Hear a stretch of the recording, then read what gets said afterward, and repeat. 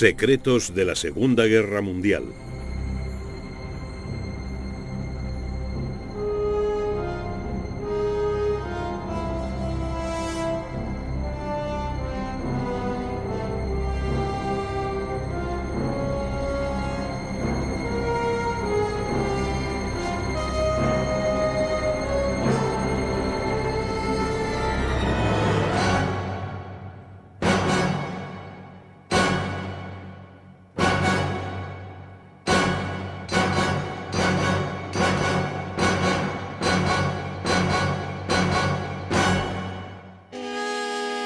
Las armas secretas de Japón.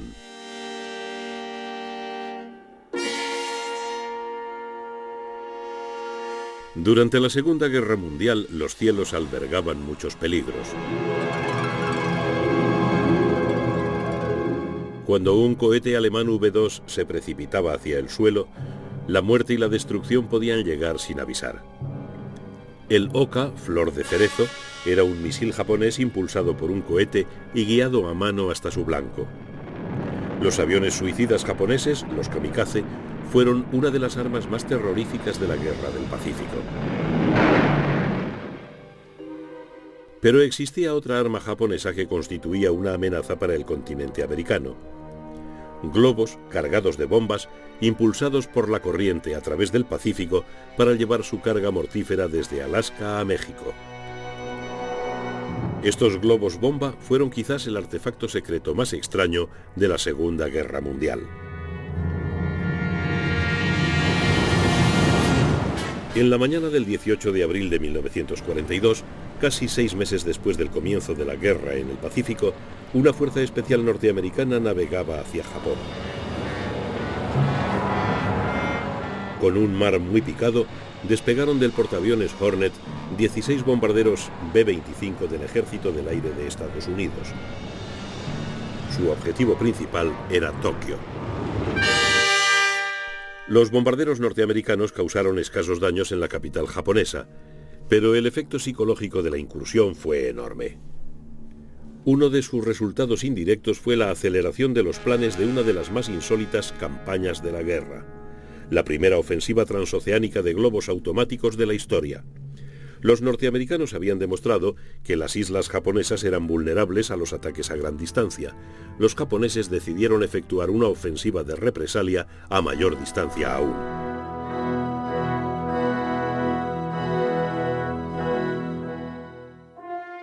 El uso bélico de los globos se remonta a junio de 1794, cuando los franceses emplearon uno de tipo Montgolfier como puesto de observación en la batalla de Fleurus. También se emplearon globos vigía en la Guerra Civil Norteamericana.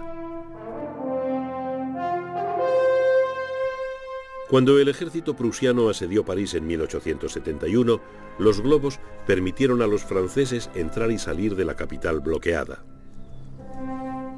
En la Primera Guerra Mundial, globos cautivos de observación oscilaban sobre las redes de trincheras enfrentadas. Eran un blanco tentador para los aviones de caza. Los observadores iban equipados con paracaídas y reventar globos se convirtió en tarea de especialistas. En ese mismo conflicto, las aeronaves alemanas denominadas Zeppelines, por el nombre de su inventor, el conde Ferdinand Zeppelin, llevaron a cabo la primera ofensiva de bombardeo estratégico permanente sobre objetivos del Reino Unido. A pesar de su tamaño, los enormes Zeppelines resultaron frágiles instrumentos bélicos. Los británicos emplearon la autonomía de estas aeronaves para tareas de patrulla marítima.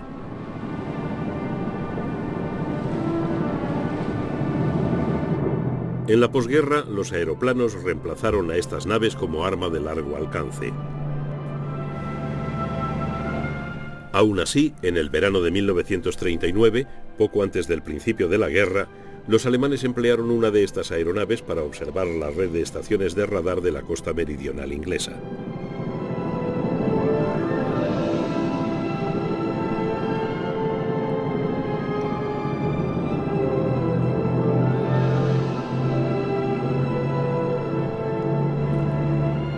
En 1943, en plena guerra, los norteamericanos empleaban con éxito estas naves para patrullar sobre sus vitales convoyes del Atlántico.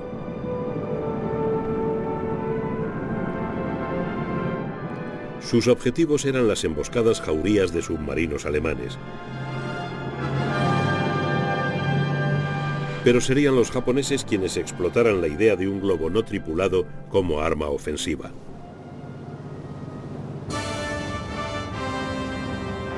El 7 de diciembre de 1941, con su golpe inaugural de la Guerra del Pacífico, los japoneses demostraron el poder destructivo de los aparatos transportados en portaaviones.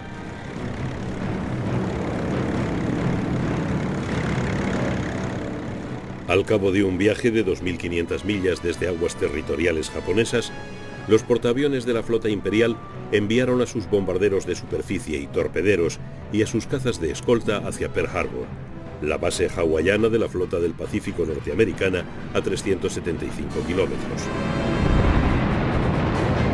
Los japoneses lograron una sorpresa total. 7 acorazados norteamericanos resultaron hundidos o averiados. Cientos de aviones fueron destruidos en tierra. A pesar de ello, los japoneses comprendían que los ataques directos contra el continente americano eran poco menos que imposibles. Pearl Harbor se encontraba en mitad de la inmensidad del Pacífico. La tiranía de la distancia colocaba a Norteamérica más allá del alcance de los bombarderos japoneses. Los estragos de la guerra, que se habían abatido sobre las ciudades europeas y que pronto caerían sobre las del lejano oriente, no llegaron hasta las grandes ciudades norteamericanas. En los 8 meses de la batalla de Inglaterra, el bombardeo de Londres y otras ciudades y puertos causó la muerte de 40.000 civiles y la destrucción de más de 1 millón de viviendas.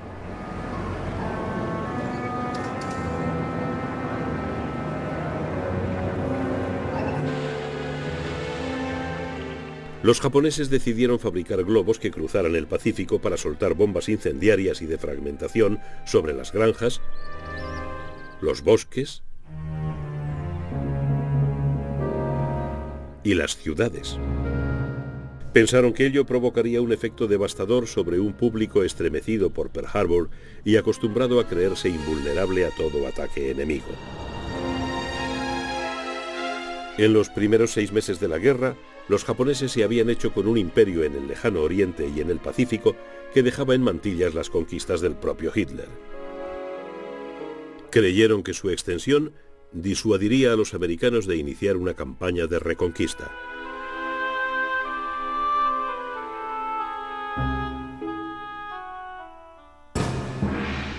En septiembre de 1940, más de un año antes de que los japoneses entraran en guerra, el arquitecto de su proyección hacia el Pacífico, el almirante Isoroku Yamamoto, había advertido seriamente al emperador Hirohito: si se me ordena luchar sin pensar en las consecuencias, avanzaré sin inconvenientes durante los primeros 6 meses o 1 año, pero no garantizo en absoluto el segundo o tercer año.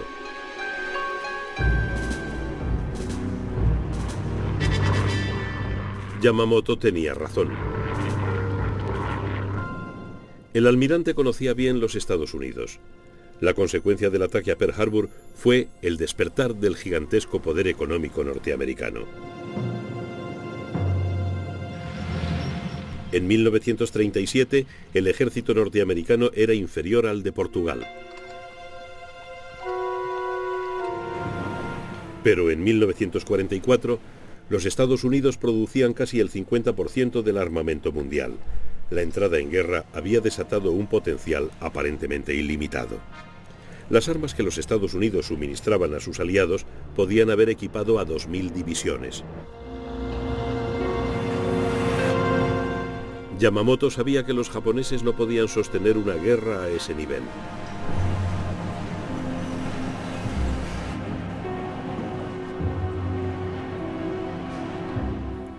El poder industrial norteamericano se aplicó a la campaña en las inmensidades del Pacífico, en donde el elemento fundamental no sería el acorazado, sino el portaaviones.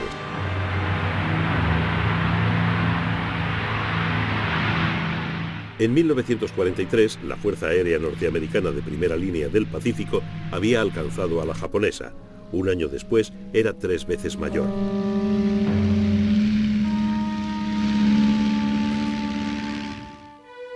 Después de la decisiva victoria naval norteamericana en la gran batalla entre portaaviones de Midway en junio de 1942, el control japonés sobre su imperio del Pacífico empezó a debilitarse.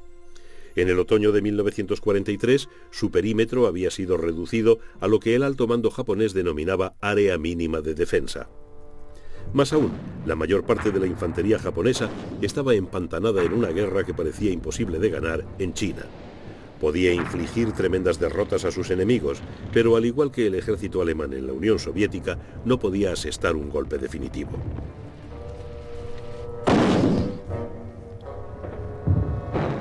Los problemas del tiempo y la distancia acuciaban a los japoneses.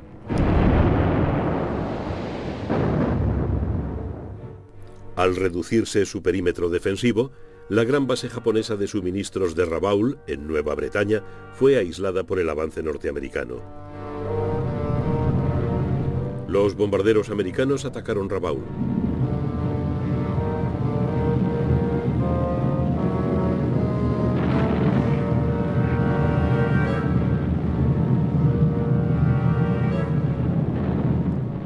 Pero las fuerzas anfibias norteamericanas no hicieron ningún intento por capturar Rabaul. Quedó aislada para que se pudriera en la cepa.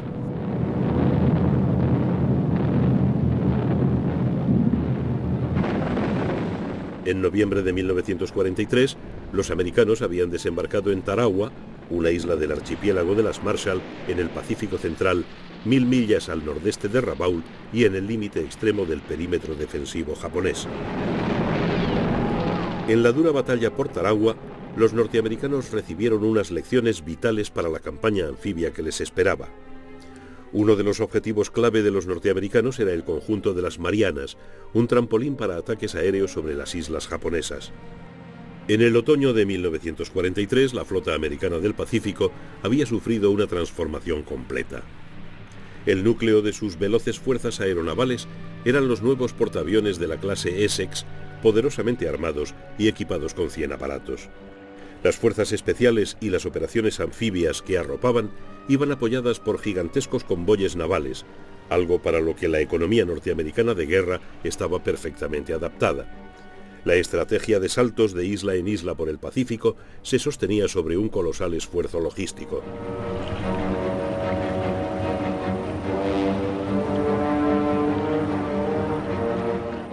Gran parte de ese esfuerzo consistía en la captura y construcción de pistas de aterrizaje. Una vez terminadas, estas pistas se empleaban para establecer zonas superpuestas de control aéreo que permitían a las fuerzas anfibias rebasar las guarniciones japonesas aisladas.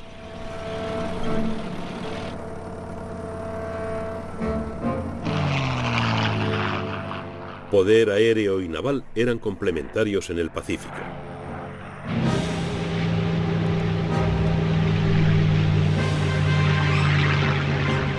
En cambio, la Armada japonesa, en acción constante desde diciembre de 1941, había sufrido graves pérdidas.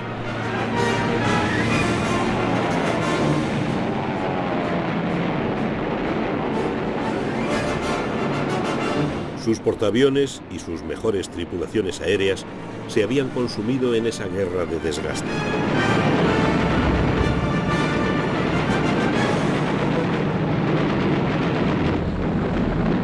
Sus bases aéreas del perímetro defensivo comenzaron a sufrir continuos ataques.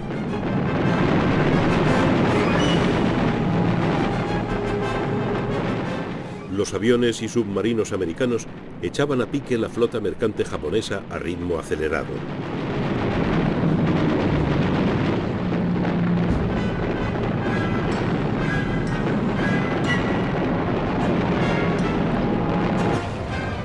El suministro de materias primas por el que Japón había entrado en guerra se detenía.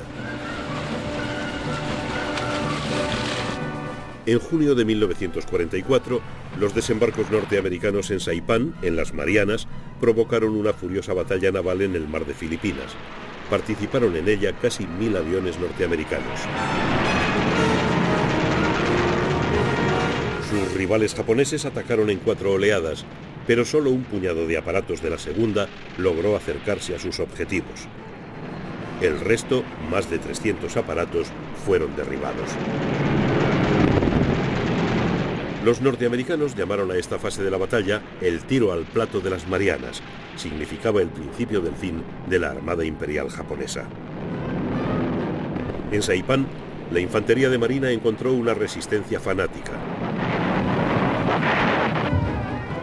La batalla se convirtió en una dura lucha por cada metro de terreno.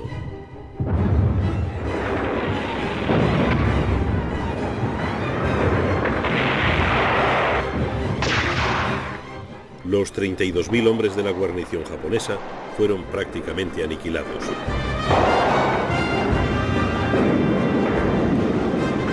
La población civil de la isla prefirió suicidarse colectivamente antes que someterse a los norteamericanos. Fue este momento crítico de la guerra el elegido por los japoneses para lanzar su primer ataque con globos contra la costa oeste norteamericana. Se soltaron 200, aunque ninguno de ellos alcanzó su objetivo. Los japoneses volvieron a sus mesas de diseño con mayor apremio. En octubre de 1944 desarrollaron una versión mejorada de 10 metros de diámetro y pensados para volar a 10.000 metros. Con la derrota cerniéndose sobre ellos, los japoneses se apresuraron a soltar una segunda ola de globos contra Norteamérica. Pero no estuvieron listos para lanzar esta segunda ola a través del océano hasta finales de octubre de 1944.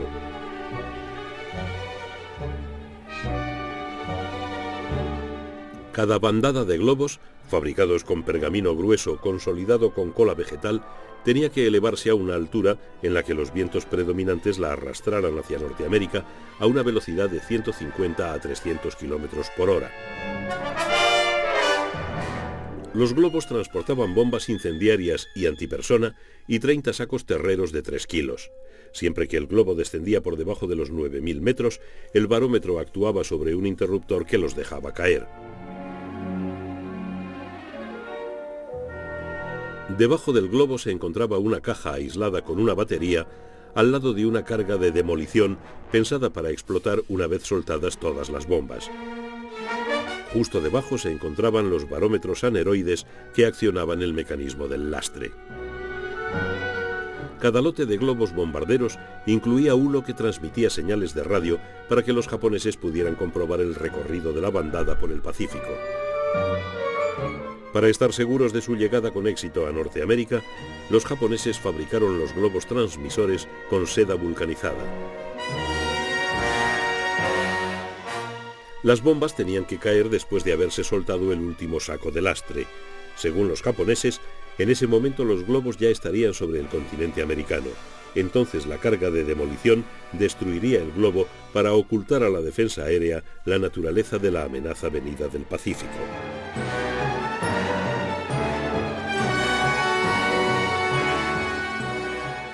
Las bombas incendiarias eran una amenaza real, al menos en teoría, para los bosques de la costa norteamericana.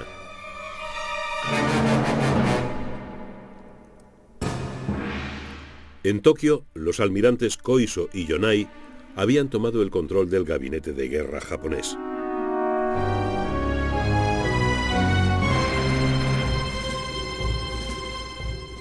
Se adoptaron medidas drásticas en el frente metropolitano. Se puso a los niños a trabajar en las industrias de guerra.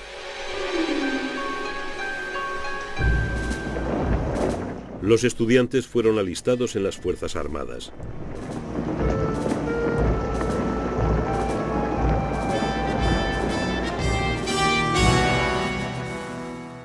A finales de octubre de 1944, los norteamericanos habían desembarcado en las Filipinas, amenazando con cortar las relaciones entre la mitad norte y la mitad sur del imperio japonés. Estos desembarcos provocaron la mayor batalla naval de la historia, la batalla del Golfo de Leyte. Los japoneses pretendían destruir la fuerza de invasión americana, atrayendo a la tercera flota de cobertura lejos de la cabeza de puente. Sus últimos portaaviones serían el cebo de la trampa. Fue una jugada desesperada que originó la última batalla entre acorazados de la historia naval.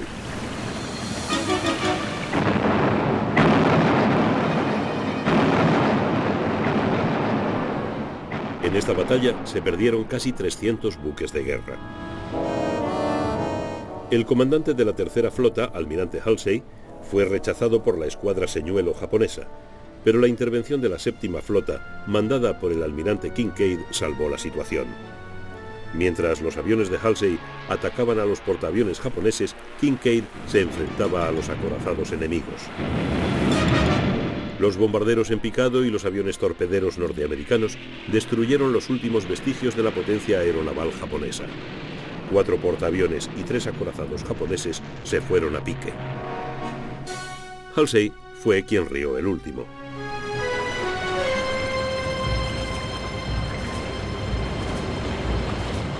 Los desembarcos en Leyte se llevaron a cabo el 20 de octubre.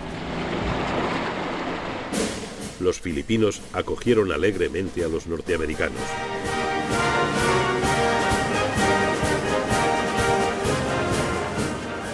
Y el general MacArthur no se perdió la posibilidad de vadear hasta la orilla para cumplir su promesa de marzo de 1942 cuando afirmó «regresaré».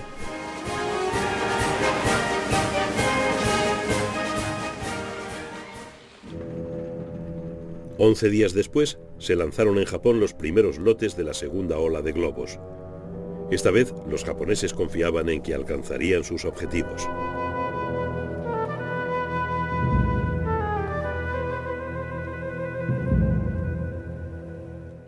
Habían calculado que el trayecto hasta la costa norteamericana duraría 4 días.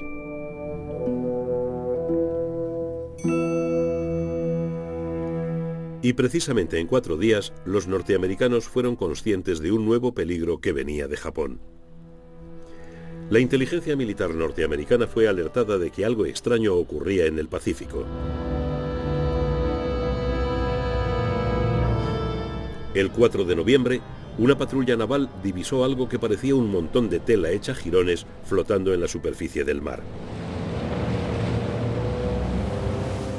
Un marinero trató de subir el tejido a bordo, pero involuntariamente mandó a pique la carga útil. La funda rescatada llevaba símbolos japoneses. Se dio la alerta y se avisó al FBI. Se ordenó a los guardabosques que informaran sobre cualquier aterrizaje de globos o sobre cualquier fragmento de globo o de carga que se recuperase. También se alertó al servicio de guardacostas. Aunque la verdadera naturaleza de la amenaza seguía sin estar clara. 2 semanas más tarde se encontraron fragmentos de un globo en Montana. Se pescó otra funda en el mar. La Armada y los guardacostas continuaron observando los cielos.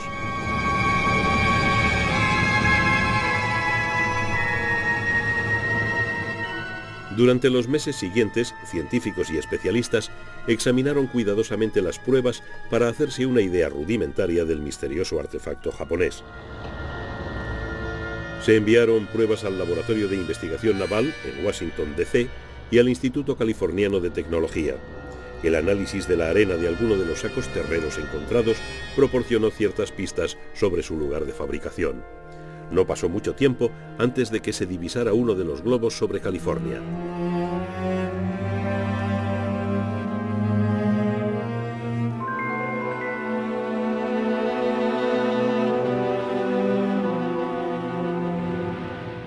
Los cazas del Ejército del Aire despegaron para interceptar al intruso.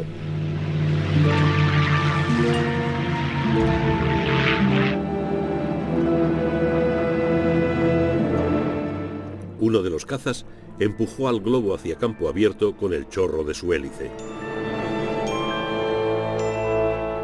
Finalmente se le convenció para que aterrizara. El sistema de destrucción automática no funcionó y el mecanismo entero se recogió intacto.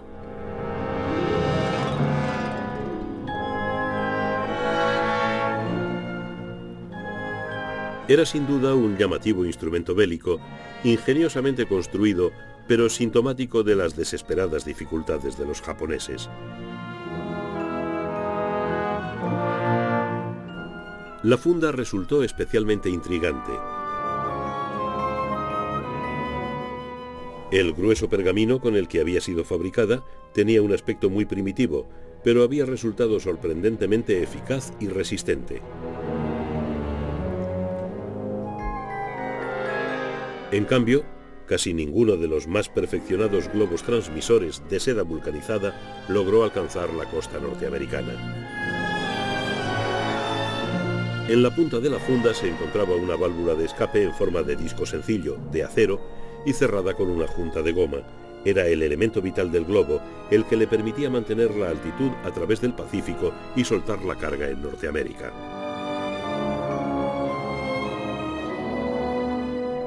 Los norteamericanos se preocuparon particularmente con las cargas incendiarias del globo.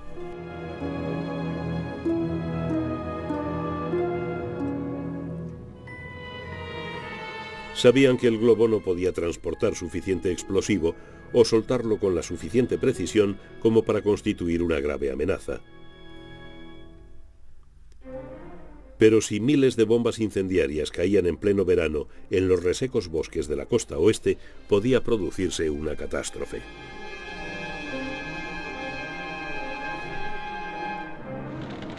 Estos gigantescos incendios provocados no ganarían la guerra para los japoneses, pero podrían causar un desastre económico y medioambiental. Norteamérica necesitaba la madera de esos bosques para su industria de guerra. Era vital que el gobierno norteamericano adoptara medidas inmediatas para enfrentarse a esa catástrofe en potencia sin alarmar a la población que permanecía ignorante de la ofensiva de los globos japoneses.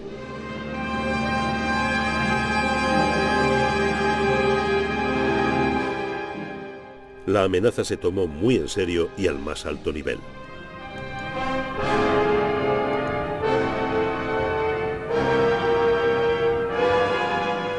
No había suficientes bomberos civiles para enfrentarse a un desastre de la categoría que imaginaba el gobierno. Pero curiosamente los globos solo podían llegar a Norteamérica con vientos invernales, no con los que soplaban en los meses de verano.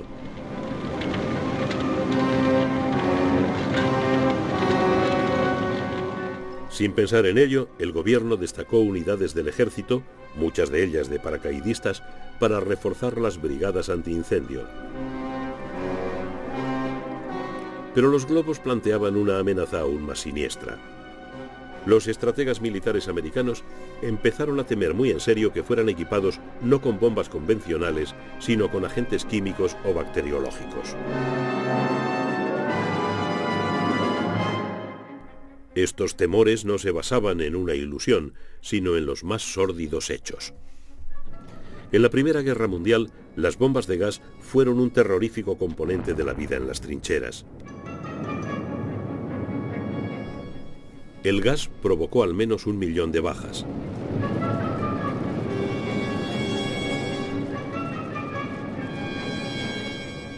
En los años 30, durante la invasión de Etiopía, las fuerzas aéreas italianas habían soltado bombas de gas sobre civiles indefensos.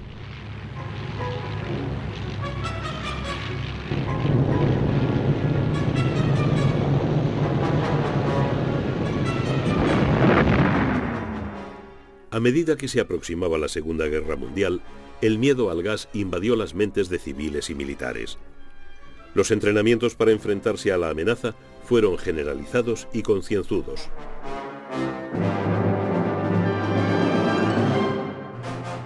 Los estrategas norteamericanos sabían que los japoneses no habían mostrado escrúpulos en emplear gases y armas químicas en la larga guerra que sostenían en China desde 1932. Tanto los ejércitos chinos como los civiles habían sufrido ataques por agentes bacteriológicos. En 1942, casi 100 habitantes de una ciudad cercana a Shanghái murieron por bacterias de peste soltadas por un avión. Esta arma se desarrolló en el campamento del ejército japonés número 731, cerca de Harbin. En ese lugar, los japoneses llevaban a cabo experimentos absolutamente inhumanos con prisioneros chinos y aliados, incluyendo norteamericanos. El comandante del campo, el general Shiro Ishii, cayó en manos de los norteamericanos al final de la guerra. Algunos colegas de Ishii fueron capturados por los rusos y juzgados en Siberia por crímenes de guerra. El juicio sacó a la luz los trabajos que se realizaban en el campamento 731 incluyendo la diseminación desde aviones de pulgas infectadas de peste y la inoculación de peste, gas gangrena y antrax a cobayas humanos. Los rusos quisieron echarle el guante al general Ishii, responsable del campamento 731, pero los norteamericanos no estaban dispuestos a ello. Concedieron la inmunidad a Ishii con la condición de que les ayudara en su propio programa de guerra bacteriológica desarrollado en el campamento Dietrich en Maryland. Los conocimientos de Ishii eran demasiado valiosos para la nueva Guerra Fría como para entregarle. En el campamento Dietrich se hicieron explotar mecanismos biológicos dentro de enormes esferas para observar la supervivencia y dispersión de los agentes bacterianos.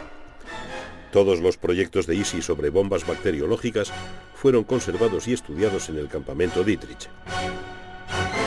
Pero los americanos no eran los únicos que experimentaban con la guerra bacteriológica. Durante la guerra, los británicos habían llevado a cabo experimentos con agentes de antrax en la apartada isla escocesa de Gruinard. Sospechaban con fundamento que los alemanes también estaban desarrollando armas biológicas. Después de la guerra, la isla permaneció cerrada al ganado y a los seres humanos durante más de 40 años. Era un recuerdo de que en la peor crisis inglesa, Winston Churchill consideró el antrax como un arma de último recurso. En una nota a su jefe de Estado Mayor, Churchill rechaza toda objeción moral al proyecto. Al final, Churchill no tuvo que recurrir al último recurso.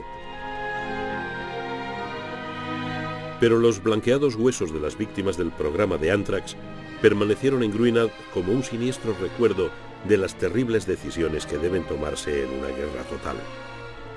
Tanto los aliados como los alemanes llegaron a la conclusión de que la guerra biológica era un arma de dos filos, pues se podía infectar no solo a la población enemiga, sino a soldados propios y a civiles partidarios.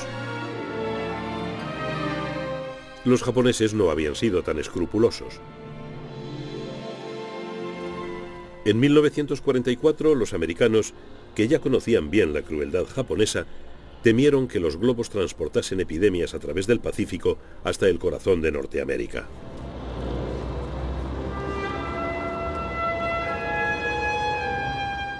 Se organizó un programa urgente para entrenar equipos de descontaminación. Las autoridades maniobraron para imponer una censura total sobre la campaña de globos. Los japoneses habían contado con que la prensa y la radio norteamericanas serían incapaces de quedarse calladas. Además, se imponía la obligación de avisar a los granjeros, a los maestros y a los escolares de las zonas más amenazadas. Con toda seguridad, el asunto saldría en los periódicos. Increíblemente, no se filtró ni una palabra. El alto mando japonés sacó la conclusión de que los globos nunca llegaron a Norteamérica. En realidad, de los 9.000 globos soltados contra Norteamérica, unos 1.000 llegaron a aterrizar, apareciendo por cualquier sitio de Alaska a México. Sus únicas víctimas fueron 5 niños y un adulto que tropezaron por casualidad con una bolsa de gas intacta y al manipularla hicieron explotar las bombas. La campaña de globos fue cancelada en abril de 1945. Un mes antes, las superfortalezas aéreas B-29 habían empezado a despegar desde las gigantescas bases norteamericanas de las Marianas hacia las vulnerables ciudades del territorio japonés. Era el último asalto en la guerra de cifras que Japón tenía que perder. No todo les salía bien a los bombarderos. Las mismas corrientes que habían impulsado a los globos a 10.000 metros los zarandearon como hojas en una tormenta. Las formaciones se dislocaron y las bombas tuvieron que soltarse a tientas por entre la capa de nubes.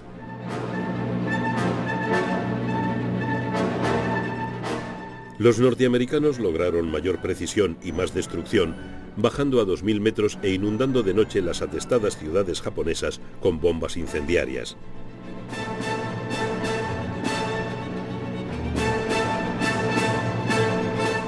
Esos bombardeos de fuego llevaban a Japón a la derrota.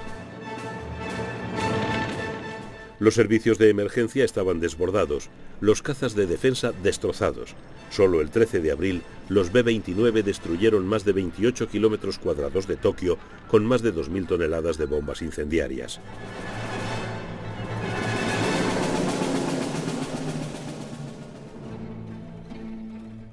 Mientras los B-29 arrasaban las ciudades, los submarinos norteamericanos escribían el último capítulo de la historia de la flota mercante japonesa.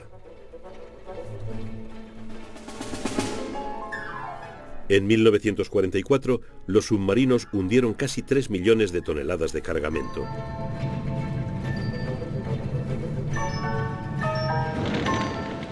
A finales de año habían echado a pique tantos barcos japoneses que tenían que recorrer los mares para encontrar una presa, normalmente pequeños barcos de cabotaje. El suministro japonés de alimentos y materias primas había sido estrangulado. Los que permanecían en las ciudades arrasadas por los bombardeos se veían reducidos a un ayuno casi mortal. Hurgaban entre los escombros buscando hierbas para sustentarse.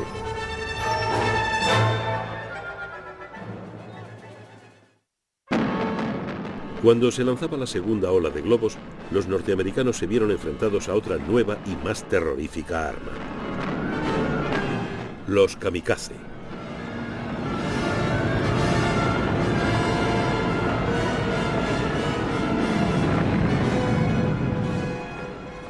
Los globos eran proyectiles no pilotados.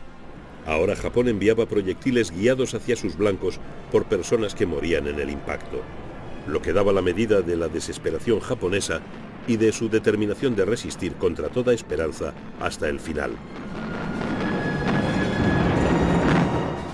La primera unidad suicida, de 23 pilotos, fue reclutada en octubre de 1944 por el almirante Onishi, comandante de la primera escuadra aeronaval. El nombre de kamikaze recuerda el llamado viento divino, un tifón que en 1281 destruyó la flota de invasión mongola. Muchos de los pilotos kamikaze recibían inspiración del bushido, una tradición militar de autosacrificio. Otros, convencidos de ir a morir, deseaban hacerlo gloriosamente por una causa desesperada. Onishi les decía: sois ya como dioses, sin deseos terrenales. Pero había una razón más terrenal tras los kamikaze. Las misiones lanzadas contra la flota del Pacífico podían constituirse con cualquier piloto sin experiencia en cualquier aparato atiborrado de explosivos. Y era muy difícil detener a un kamikaze. El fuego antiaéreo tenía que destruir por completo el avión, no solo averiarlo.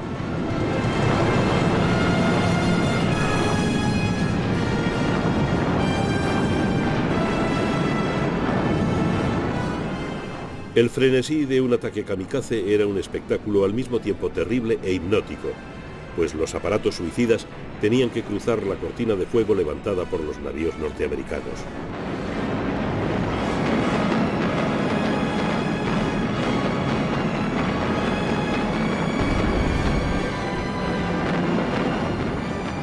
En enero de 1945, cuando los norteamericanos desembarcaron en Lingayen, en las Filipinas, la cantidad de ataques kamikaze les obligó a lanzar una serie de aplastantes ataques contra los aeródromos japoneses de Luzón.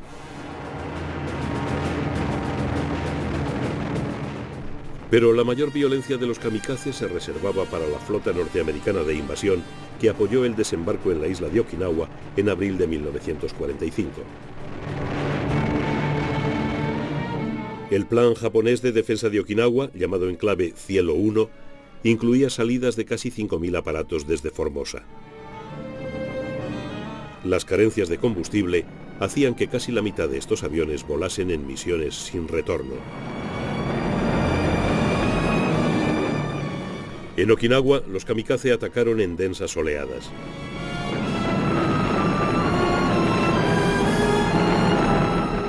El portaaviones Wasp fue alcanzado de lleno por un kamikaze y su cubierta de madera se incendió al momento. Solo lo salvaron las brigadas antiincendios con una técnica que los norteamericanos ya dominaban a la perfección. En Okinawa, a cambio del sacrificio de casi 1000 kamikazes, los japoneses hundieron 32 buques norteamericanos, averiaron una docena más y mataron a 5.000 marineros. Pero los kamikazes no pudieron evitar los desembarcos norteamericanos. El sacrificio había sido en vano.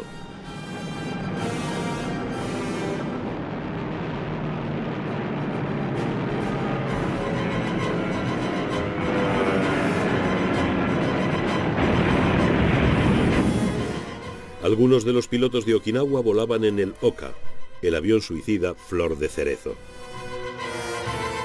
Se trataba de una bomba volante propulsada por motores cohete y lanzada desde el fuselaje de un bombardero, pero el bombardero de transporte del Oka resultaba un blanco fácil para los cazas norteamericanos.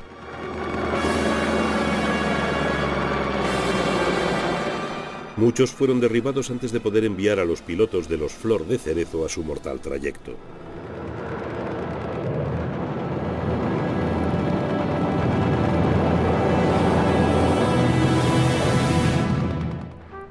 En la primavera de 1945, la flota imperial japonesa agonizaba. El poder aéreo norteamericano había echado a pique a sus acorazados y portaaviones. Entonces, la Armada Imperial lanzó otra ofensiva kamikaze, esta vez con submarinos.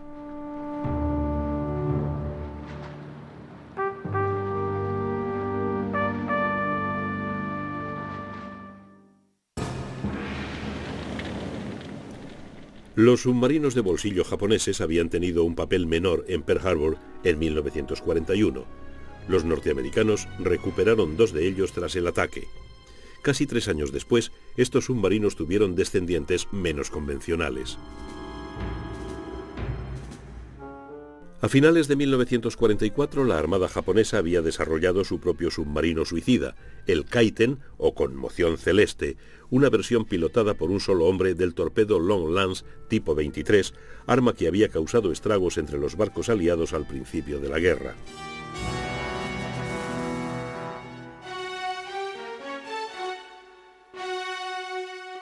El Kaiten podía ser lanzado desde un crucero modificado o desde submarinos nodriza.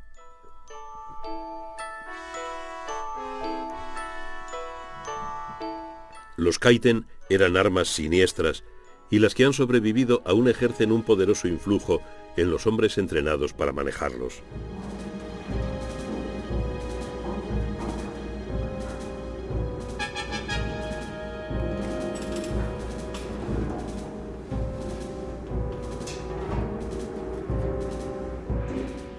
La idea era que el piloto del Kaiten saltara 150 metros antes del impacto.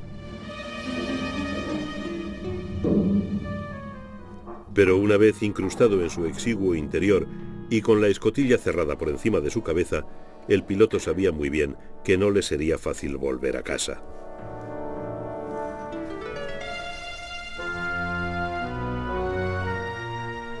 El Kaiten era en parte un torpedo y en parte una tumba metálica.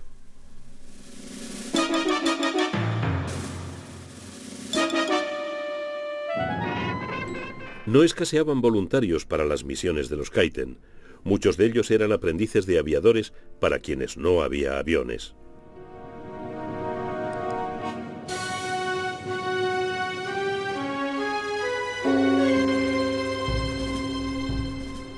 Los pilotos de Kaiten se entrenaban en una apartada isla frente a la costa de Honshu. La selección para esa tarea era rigurosa.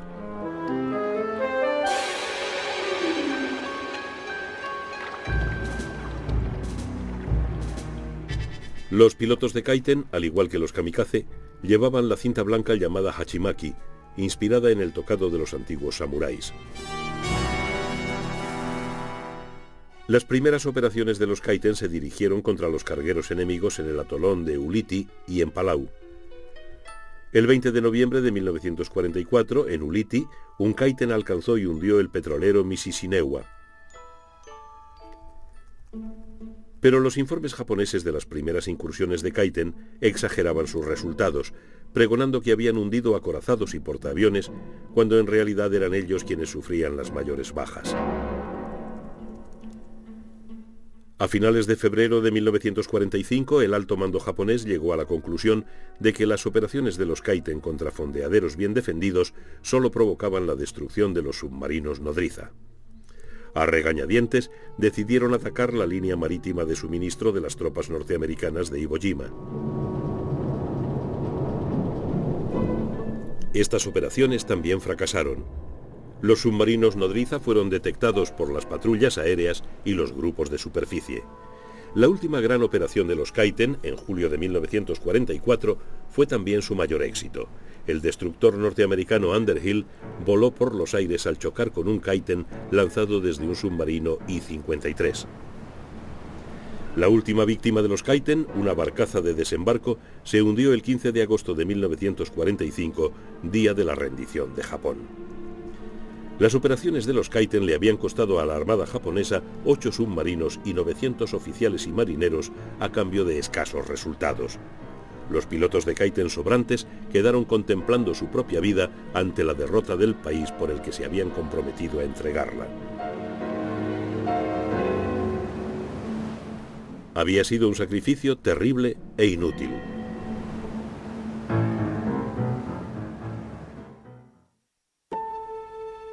En julio de 1945 se preparaban en el desierto de Nuevo México las pruebas finales de un arma mucho más mortífera que los Kaiten. Se estaba preparando una bomba atómica para una prueba de detonación.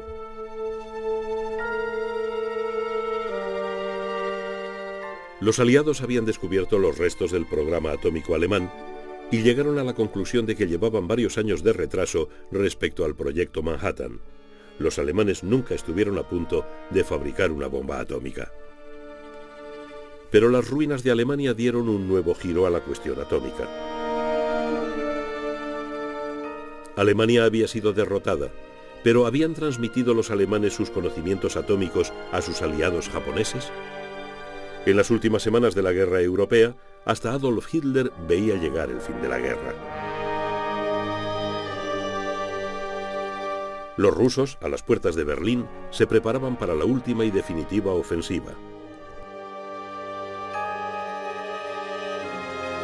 Se acababa el juego.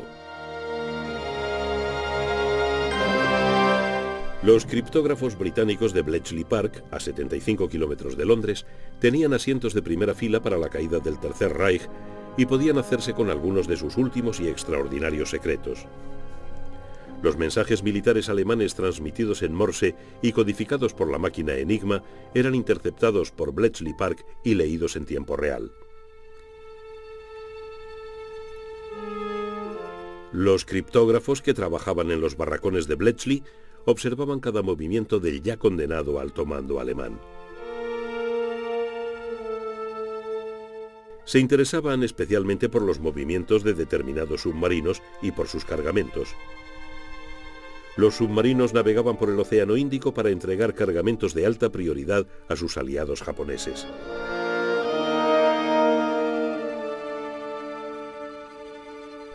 Aparte de las municiones y la maquinaria, había envíos más siniestros. Los alemanes entregaban los frutos de su investigación científica de guerra. No solo en cuestiones como el radar, sino también en guerra bacteriológica.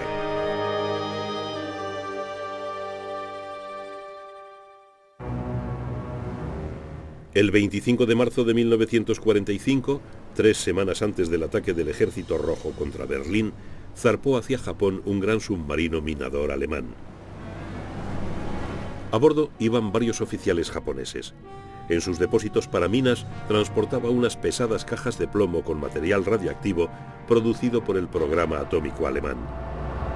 Más tarde, un tripulante declaró que en las etiquetas de los contenedores podía leerse U-235. El uranio 235 es un elemento imprescindible para desencadenar una reacción atómica en cadena. La guerra terminó antes de que el submarino llegara a su destino. Su capitán se rindió a un destructor aliado y fue escoltado hasta Norteamérica. Parece probable que el cargamento radiactivo se destinara a la fabricación por parte de los japoneses de una bomba sucia de radiaciones. Los norteamericanos declararon que el submarino solo transportaba óxido de uranio, que al no ser radiactivo no precisaba contenedores de plomo. El objetivo de la bomba sucia, transportada por un avión lanzado desde la catapulta de un submarino especial, hubiera sido una ciudad de la costa oeste norteamericana. De haber tenido éxito, esa incursión hubiera eclipsado a la desafortunada ofensiva de los globos. Pero serían los norteamericanos quienes soltarían las primeras bombas atómicas sobre Hiroshima y Nagasaki en agosto de 1945. Estos bombardeos provocaron el final de la guerra en el lejano Oriente y en el Pacífico.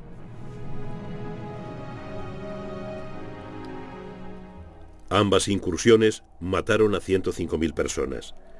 Durante los años siguientes, miles de personas más murieron por enfermedades relacionadas con la radiación.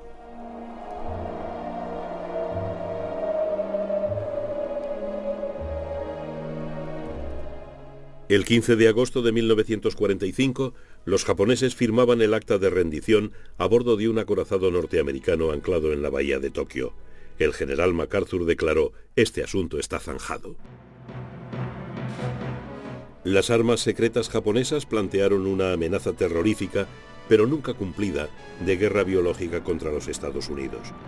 Se emplearon en los también terroríficos pero reales ataques contra buques de guerra por parte de los kamikaze, con aviones convencionales y con cohetes pilotados, y suscitaron la amenaza de una ofensiva submarina similar. Pero ninguna de estas armas pudo frenar la inevitable derrota.